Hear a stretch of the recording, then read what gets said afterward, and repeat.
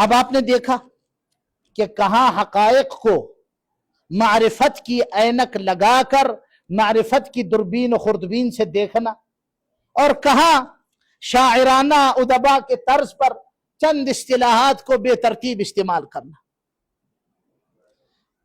حکیم نے صوفیانہ اصطلاحات کو شاعرانہ انداز میں استعمال کیا ہے، لیکن دیکھیے صاحب کشف المحجوب نے حقیقت کی اینک لگا کر آپ کو دکھایا۔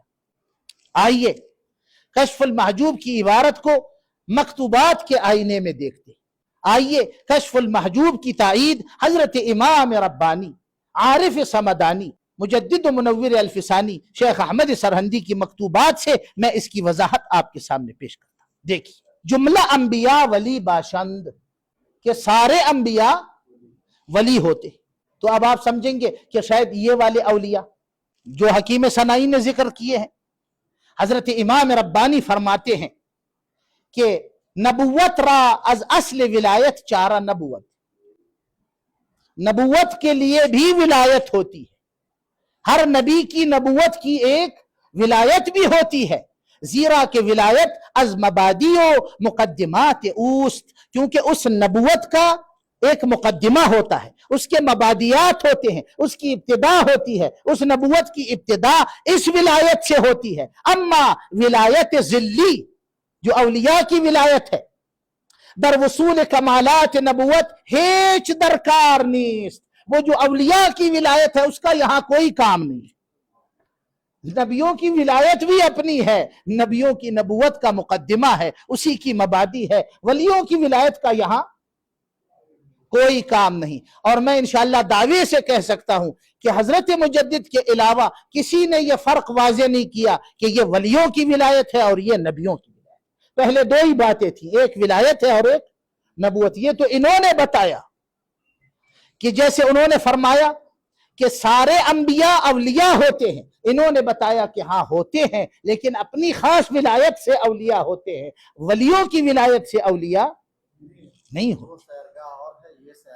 معاملات ہے جی ہاں۔ آگے انہوں نے فرمایا می طلبند می روند، کہ اولیاء طلب کرتے ہیں اور چلتے ہیں، سلوک کر کے پاتے ہیں، وہ ایشان رسیدہ اند، اور انبیاء پہنچے ہوئے ہیں اور پائے ہوئے ہیں۔ اب اس بات کو حضرت مجدد فرماتے ہیں کہ وصول در مرتبہ نبوت باشد، میاں غور سے سن لو، نبوت کے مرتبے میں وصول ہوتا ہے، وہاں پہنچ ہوتی ہے، وہاں نبی پہنچ چکا ہے، وہاں علم الیقین نہیں ہے، وہاں عین الیقین نہیں ہے، بات حق الیقین تک پہنچ چکی ہے، وہاں علم و مشاہدے سے معاملہ آگے بڑھ چکا ہے۔ ولیوں کا معاملہ جو ہے وہ تو علم اور مشاہدے کا ہے۔ فرماتے ہیں وحصول در مقام ولایت است، اور ولایت کے مقام میں حصول ہے، اس کو پا تو نہیں سکتے، اس کو پائے بغیر اس کو حاصل کرتے ہیں۔ حاصل کیسے کرتے ہیں؟ دیکھیے، اب ایک شخص ہے، آپ اس کو یاد کرتے ہیں مگر آپ اس کو پا نہیں سکتے، پھر آپ کیا کرتے ہیں؟ اس کی ایک تصویر حاصل کر لیتے، پھر آپ تصویر کو دیکھ کر اپنے دل کو بہلاتے ہیں، ہے یا نہیں؟ دل کے آئینے میں ہے تصویر یار، جب ذرا گردن جھکائی دیکھ لی، تو کیا اس تصویر کو دیکھنے سے یار کو دیکھ لیا آپ نے؟ اولیاء ظلال کو دیکھتے ہیں، تجلیوں میں یار کو پاتے ہیں، اور انبیاء کرام جو ہیں ان کا معاملہ وصول کا ہے، وہ پا چکے ہیں، یہ حاصل کرتے ہیں۔ انہوں نے صورتوں کے ذریعے، تجلیوں کے ذریعے حصول کی کوشش کی ہے اور وہ پائے ہوئے ہیں۔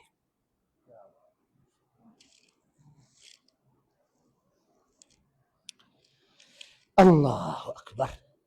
اس بات کو اگر ذرا میں اور کھولوں گا تو پھر بہت وقت لگ جائے گا اور معاملہ جو ہے وہ گمبھیر سے گمبھیر تر ہوتا چلے جائے گا۔ آگے چلی، حضرت حجویری نے فرمایا کہ ولایت را بدایت و نہایت است، کہ ولایت کی ابتدا اور انتہا ہوتی ہے، وہ نبوت را نیست، اور نبوت کی نہیں ہوتی۔ ذرا دل کو تھام کے حضرت امام ربانی کی عبارت سنیے۔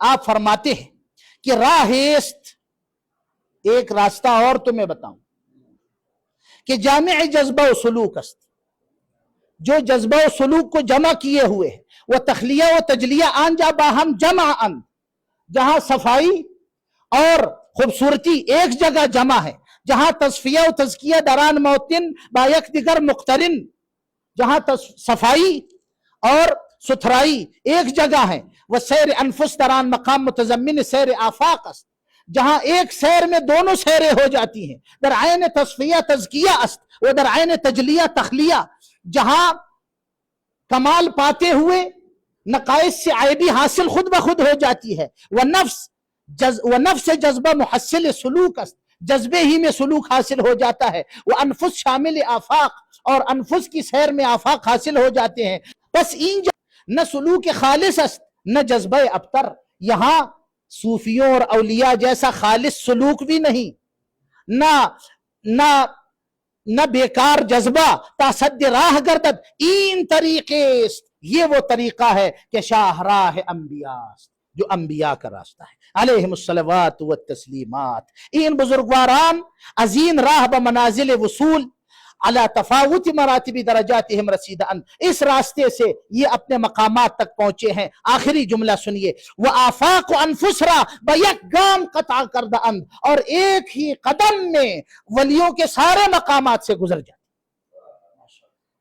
انہوں نے کہا ولایت کی ابتدا اور انتہا ہوتی ہے، پھر کہا نبوت کی کوئی ابتدا نہیں ہوتی۔ وضاحت حضرت امام ربانی نے دی کہ انبیاء وہ ہوتے ہیں جو ایک ہی قدم میں بیک گام اس سارے معاملے سے آگے بڑھ جاتے۔ پھر فرمایا این معنی فراخر فہم ہر مجذوب سالک و سالک مجذوب نہیں، یا ہر سالک اور مجذوب کا معاملہ نہیں ہے، اس کو ہر ایک نہیں سمجھ سکتا۔ اور دیکھیے حضرت علی الحجویری نے فرمایا کہ انبیاء نفی صفات بشریت میں متمکن ہوتے ہیں، یعنی جو بشری اوصاف ہیں اس کو اپنے آپ سے پوری طرح دور کر دیتے ہیں اور وہ واپس نہیں لوٹتے۔ لیکن اس متعلق حضرت امام ربانی فرماتے ہیں، غور سے سنیں، کہ ولایت انبیاء کے ازل گزشتہ است، انبیاء کی ولایت جو کہ پرتو زلال اور عکس اور تجلیوں سے آگے بڑھ چکی ہے، دیگر است، اس کا معاملہ ہی الگ ہے۔ آنجا مطلوب نفی متعلقات سوئے صفات بشریت است، نہ نفی اصل ان صفات، یہاں اصل صفات کو فنا کرنا نہیں ہے، یہاں اصل صفات کو فنا کرنا نہیں ہے، بلکہ ان صفات کے غلط متعلقات کو فنا کرنا ضروری ہے۔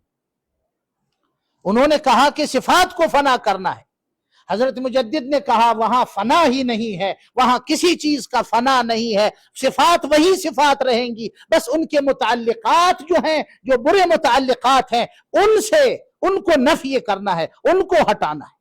کیوں وہاں کیوں صفات کو دور کرنا نہیں ہے؟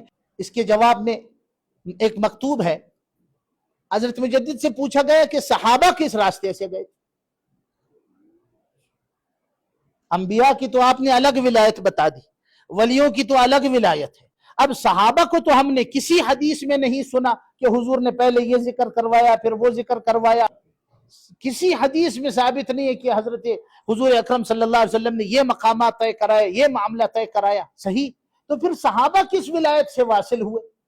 صحابہ کو یہ مقامات کیسے حاصل ہوئے؟ حضرت مجدد فرماتے ہیں، جواب دیتے ہیں، آپ کہتے ہیں کہ قربے کے اصحاب کرام را در اصحاب صحبت خیر الانام علیہ وعلیہم الصلاۃ والسلام میسر می شد قرب نبوت است۔ صحابہ کو جو قرب ملا ہے وہ نبی کی صحبت میں جو قرب ملا ہے، تو نبی کی ولایت کا، نبی کی نبوت کا قرب ملا کہ بتبعیت و وراثت ایشان را میسر گشت، حاصل گشت، کہ نبی کی تبع میں، نبی کا وارث ہونے کی وجہ سے ان کو ملا۔ ودرین قرب، غور سے سنے اشعار صاحب، صحابہ کے قرب میں نہ فناست نہ بقا، صحابہ کے قرب میں بھی فنا و بقا نہیں ہے، انبیاء کے قرب میں کہاں سے ہے؟ نہ جذبہ نہ سلوک، نہ جذبہ نہ سلوک، صحابہ کے واصل ہونے میں بھی نہ جذبہ ہے نہ سلوک، تو ثنائی صاحب انبیاء کے لیے جذبہ و سلوک و فنا و بقا کہاں سے دے؟ این قرب بمراتب از قرب ولایت اعلی و افضل است، یہ ولیوں کے قرب سے بہت اونچا قرب ہے۔ اما فہم ہر کس بمذاق این معرفت نرسد، اس معرفت کو ہر ایک نہیں پہنچ سکتا۔ نزدیک است کہ خواص در فہم این معرفت بعوام مشارک باشند، ہو سکتا ہے کہ خواص بھی اس کا انکار کر دیں، جیسے عوام اس کو نہیں مانتے۔ تو آپ نے دیکھا حضرت امام ربانی کے معارف کی روشنی میں میں نے واضح کیا کہ انبیاء کی ولایت جو ہے وہ انبیاء کی نبوت کا مقدمہ ہے. تو جیسی ان کی نبوت کی شان عالی تر ہے، ان کی ولایت کی شان بھی عالی تر ہے. ان کی ولایت میں بھی نہ فنا ہے، نہ بقا ہے، نہ تخلیہ ہے، نہ تجلیہ ہے، یہ سب کچھ وہاں ایک قدم میں ہے. اس کی کوئی بدایت اور نہایت نہیں، کوئی ابتدا اور انتہا نہیں، وہاں سب کچھ آنن فانن ہے. اور اس بات کو حضرت امام ربانی نے نہایت وضاحت سے بتا دیا ہے. آپ فرماتے ہیں کہ ولیوں کا راستہ انابت کا ہے، وہ توبہ کر کے پہنچتے ہیں، رجوع کر کے پہنچتے ہیں. سمجھ آ رہی یا نہیں؟ اور انبیاء کا جو راستہ ہے وہ اجتباء کا ہے، ان کو خدا پسند کر لیتا ہے. خدا تعالی اللہ یجتبی الیہ من یشاء، جسے خدا چاہتا ہے اپنی طرف پسند کر لیتا ہے، اپنی طرف بلا لیتا ہے. وَيَهْدِي إِلَيْهِ مَن يُنِيبُ، ہاں جو انابت کرنے والے ہیں ان کو بھی ہدایت اللہ ہی دیتا ہے. تو وہ جن کو اللہ پسند کر لیتا ہے انہیں اپنی طرف خود ہی بلا لیتا ہے، ان کا اجتباء اللہ تعالیٰ خود ہی فرما لیتا ہے. تو یہ جو راستہ ہے انبیاء کا، ان کے صحابہ کا، یہ اجتباء کا راستہ ہے. اولیاء کا راستہ اس سے الگ ہے. اس عبارت میں حکیم سنائی نے کہا کہ یہ جو سالکین طریقت ہیں اور یہ جو طالبان حقیقت ہیں، جو اولیاء اللہ ہیں، جن کے سر حلقہ انہوں نے انبیاء کرام کو بنایا ہے، کہ یہ انبیاء کرام دنیا سے بھی بیزار ہو جاتے ہیں، آخرت سے بھی بیزار ہو جاتے ہیں. ہے یا نہیں؟ کیا کہا کہ عقبہ کو اگرچہ عقبہ میں خلعت بقا ہے، اس کو دست رد کر دیتے ہیں، اس کو نامقبول قرار دے دیتے ہیں، اور آخرت سے بھی وہ آخرت کو بھی دنیا کی طرح چھوڑ دیتے ہیں. فرمایا یا نہیں؟ یہ بات بھی مکامل اولیاء کے نزد صحیح بات نہیں. دیکھیے حضرت امام ربانی فرماتے ہیں، اب آپ کو رابعہ بصریہ کا قصہ بھی یاد آ جانا چاہیے. انہوں نے کیا کیا تھا جلدی بول. ٹھنڈا کر دوں، ہے نا، وہ بھی آپ کے ذہن میں ہو. اب آپ سنیے، آئیے سنیے حضرت امام ربانی کی معارف. آپ فرماتے ہیں اے فرزند، پیر کامل تو ایسا ہو جو نصیحت کرتے ہوئے اپنے پاس بلائے اور التفات کی نظر سے کہے کہ اے میرے بیٹے، اے فرزند، در مقام ولایت دست از دنیا و آخرت باید شست. جب معاملہ ولایت کا ہو تو اس میں تو صحیح ہے کہ دنیا اور آخرت سے ہاتھ دھو ڈالنے چاہیے. وہ گرفتاری آخرت در رنگ گرفتاری دنیا باید شمرد، اور آخرت کی گرفتاری کو دنیا کی گرفتاری کی طرح سمجھنا چاہیے. یعنی آخرت میں پھنسنا ایسا ہے جیسے دنیا میں پھنسنا. یہ ولیوں کے نزد، کیونکہ ولی جب پوری طرح فارغ نہ ہو جائے ہر چیز سے پہنچ نہیں سکتے. انہیں دنیا کو بھی چھوڑنا پڑے گا، آخرت کو بھی چھوڑنا پڑے گا. حضرت امام ربانی اولیاء کے سر حلقہ حضرت داؤد طائی کا قول نقل کرتے ہیں کہ حضرت داؤد طائی نے کہا ان اردت السلامت، اگر تم راہ ولایت میں سلامتی چاہتے ہو تو سلم علی الدنیا، تو دنیا کو خدا حافظی کا سلام کر دو. وَإِنْ أَرَدْتَ الْكَرَامَةَ، اور اگر تم اس سے بڑھ کر کرامت چاہتے ہو تو کبر علی الآخرت، تو آخرت پر بھی 4 تکبیر پڑھ دو. تو آخرت کی بھی فاتحہ پڑھ دو، آخرت سے بھی جان چھڑاؤ. فرماتے ہیں امام ربانی بالجملہ فنا کی عبارت از نسیان ما سوائے حق است. ولایت میں فنا ہے، فنا سب ما سوا اللہ کو چھوڑنا ہے، تو یہ شامل دنیا و آخرت است. تو ولایت میں فنا ہے تو فنا میں دنیا کو بھی چھوڑنا ہے اور آخرت کو بھی چھوڑنا ہے. وہ فنا و بقا ہر دو اجزائے ولایت، تو ولایت میں ان سب کو چھوڑنا پڑے. پس در ولایت از نسیان آخرت چارہ نبوت. تو جو ولیوں کے راستے سے، ولایت کے راستے سے خدا تک پہنچے گا وہ آخرت کو چھوڑے گا. آخرت کے بارے میں ایسی جملے آپ کو ولیوں کی کتابوں میں ملیں گی. مگر در مرتبہ کمالات نبوت، لیکن جو نبوت کے کمالات کسی کو حاصل ہوں، جیسے سب انبیاء کو حاصل، جیسے سب ان کے تمام صحابہ کو حاصل ہے، جیسے ان کے کامل متبعین کو حاصل ہے، ان میں گرفتاری آخرت محمود است وہاں تو آخرت میں مشغول ہونا پیارا ہے، بہت اللہ کو پیارا ہے۔ وہ درد آخرت مرضی و مقبول، اور آخرت کے لیے درد، آخرت کے لیے رونا اور آخرت کی پریشانی جو ہے وہ مقبول ترین پریشانی ہے۔ بلکہ درد دران موتن درد آخرت است، بلکہ انبیاء کے نزد کوئی اور درد ہے ہی نہیں سوائے آخرت کے درد کے۔ وہ گرفتاری آخرت است، وہ گرفتار ہیں تو آخرت ہی کے گرفتار ہے۔ یدعون ربهم خوفا وطمعا، ان کو خوف ہے تو دوزخ کا، اور ان کو طمع ہے تو جنت کی۔ فرماتے ہیں امام ربانی، دنیا مبغوضہ حق است، دنیا تو یقیناً اللہ کو ناپسند ہے، دنیا تو یقیناً اللہ کو ناپسند ہے۔ وہ آخرت مرضیہ او، لیکن آخرت اللہ کو پسند ہے۔ مبغوضہ را با مرضیہ در ہیچ امر برابر نمی توان ساخت، وہ جو پسند نہیں ہے اس کو پسندیدہ چیز کے ساتھ کیسے یکجا کر، سمجھ آ رہی ہے؟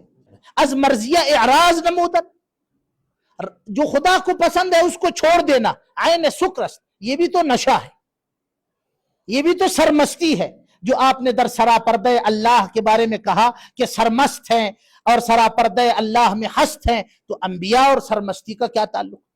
انبیاء تو صاحبان صحو ہیں، انبیاء میں تو کوئی سکر نہیں ہے، انبیاء میں تو کوئی مستی نہیں ہے۔ اللہ فرماتا ہے واللہ یدعو الی دار السلام، اللہ تمہیں جنت کی طرف بلاوا دیتا ہے اور تم ہو کہ جنت سے بیزار۔ بڑا لمبا چوڑا قصہ ہے۔ پھر آخر فرماتے ہیں کہ جنت کیا ہے؟ جنت فرماتے ہیں کہ بہشت درخت نہ ڈالو، جنت کے اندر کوئی درخت نہیں ہے۔ آنجا حضور نے فرمایا ہے کہ وہاں درخت لگاؤ، تو کیسے لگائیں؟ حضور نے فرمایا تسبیح پڑھو، تحمید پڑھو، تمجید پڑھو، تحلیل پڑھو، سبحان اللہ کہو، تو جنت میں درخت لگیں گے۔ پتہ کیا چلا کہ جو جنت کا درخت ہے وہ خدا کی تسبیح ہے۔ جنت کا درخت کوئی عناصر اربعہ سے بنا ہوا کوئی درخت نہیں ہے، بلکہ وہ اللہ کی کمالات کی تنزیہ ہے، جو یہاں میرے منہ سے سبحان اللہ کے ذریعے ادا ہو رہی ہے اور وہاں درخت کے ذریعے ادا۔